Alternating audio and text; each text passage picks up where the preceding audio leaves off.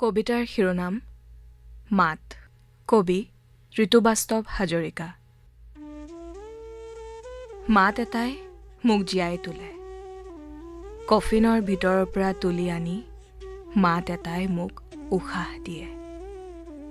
দীৰ্ঘ ৰাতিৰ নিৰ্জনতাই মোক যেতিয়া ডিঙিলৈকে জীয়াই জীয়াই পোতাৰ সকলো প্ৰস্তুতি শেষ কৰে গোপনে, মাত এটা আহি কোলাত উচুপি থাকে।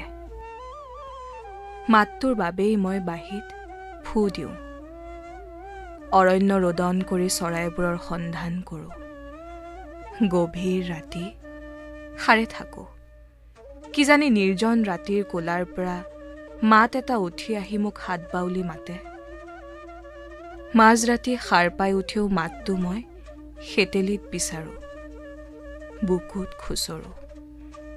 কিন্তু মোক আচৰিত কৰি সি ৰৈ থাকে নৈৰ বুকুৰ বোবা শিল এটাৰ ওঠত।